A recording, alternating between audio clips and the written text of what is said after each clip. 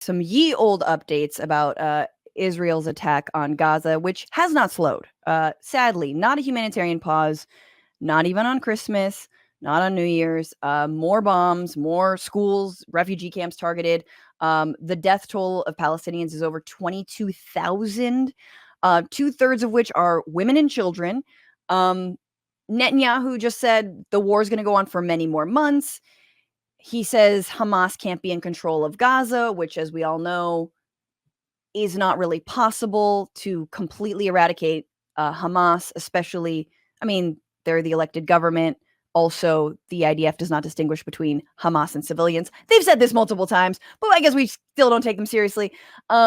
They say that Israel will be in control of Gaza. There's already whispers of plans to recolonize, to basically set up settlements in Gaza after, they were withdrawn. But they will probably likely come back. Just today, a Hamas official in southern Lebanon was killed in a massive airstrike on a building. And so who knows what that means for Lebanon and like Hezbollah's reaction. I'm just giving you the roundup. Yeah, I mean, the eliminating Hamas thing, there's a guy, I think it was, yes, it was at Internet Hippo, who, it's just a tweet I've been thinking about for a long time, which was just, hold on, I wrote it down. I just want to say I prepared a doc and I have a little research done. I think I have a thing about comedians going on podcasts where they think they can just kind of like roll in and just like sit there and be like, I don't know. Like, at least try. You look bad. Why would you do something and then be like, well, I might as well make it, give myself high odds of not looking good on this thing that's public. You're very sweet. It was at Internet Hippo. I'm not a political expert, but if you eliminated Hamas but killed my whole family in the process, my first move would be to start Hamas too.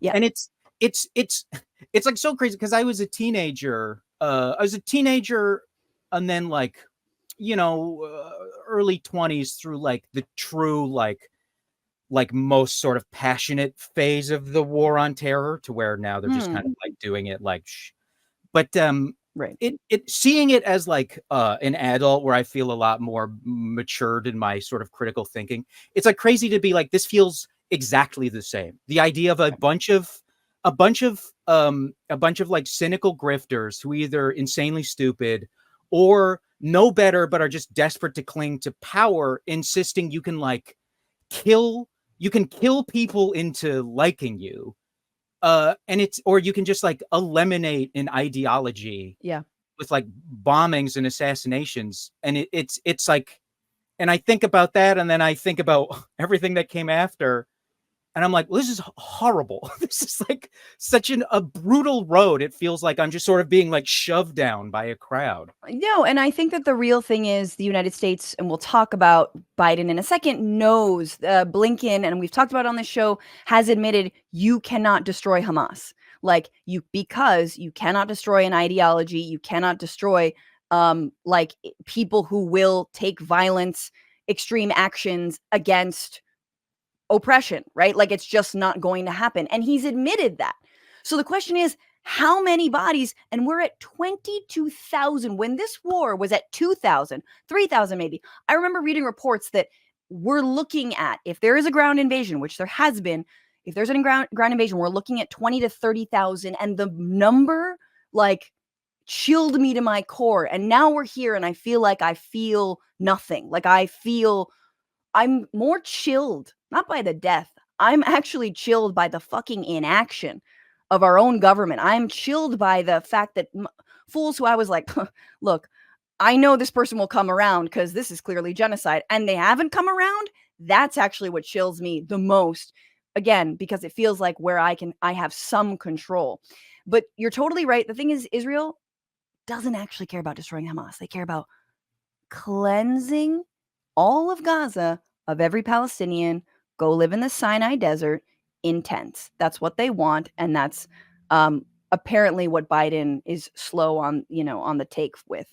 It is funny to say it's like, they're like whispers. It's like, I mean, it's like, yeah, there are whispers during live television interviews with like the Minister of Defense, where he's like, we want to just get them all out of there, or we want to leave it to the point where there's only a few 100,000, and then they just will, and they move. Like, let's just get out of this ghetto because this sucks ass. Yeah, exactly. Yeah, it's like all that shit during Trump where it was like, oh, I should check if I could swear first. Everything during Trump where it was like the like that famous like Trump is gaslighting America. This feels like the first time where I've been like truly where it's like truly an attempt at gaslighting Yeah. by an administration, because like Trump, they never tried. There was no real effort. They just lied and everybody was like, well, that's not true. And they were like, get out of here. But now it's like they're insisting so heavily and like refusing to acknowledge any of the realities that I'm like, surely I am not crazy. I know that's what a crazy person says, but Yeah. I must not be the insane one here for seeing what I'm seeing. I think a lot of people are feeling that way, and unlike gaslighting, overused, but very, very fitting in this case. There's good news, Will, however, which is South Africa, yes, the country that knows better than any what apartheid looks like, the attempt at subjugation and ethnic cleansing. They've launched a case in the ICJ, excuse me, the World Court, which is this UN civil court, against Israel for crimes of genocide in violation of international law under the 1948 Genocide Convention. So Israel's going to defend itself at The Hague in like 10 days around this, which is very fun. Like I want that reality show. Like I want more like world power on world power, like Hague on, Hague drama. So Did you so see? Did you mhm. see that there is talk of them possibly getting oh my god, the number one lawyer who defends Yeah, Israel. Oh my god. Uh oh, I'm Dersh. so yes, Oh, Dershowitz. oh, Perfect Sex Life, Dershowitz, yeah, Like, definitely on all the flight logs, Dershowitz, yeah. could there be like could there Can be a you better outcome? imagine Dersh on the international stage just like, and that's why you all need to invite me to Martha's Vineyard again, because at the end of the day, we're all Zionists here.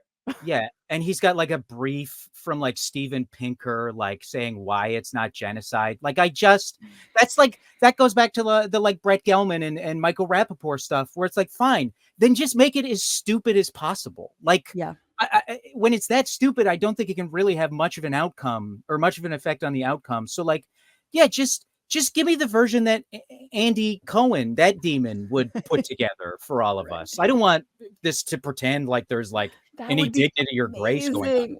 I would be yeah. Okay, so a few other things international law-wise, then we'll move on to Fetterman. So, just if you have been taking a little bit of a break for the holidays or whatnot, good on you.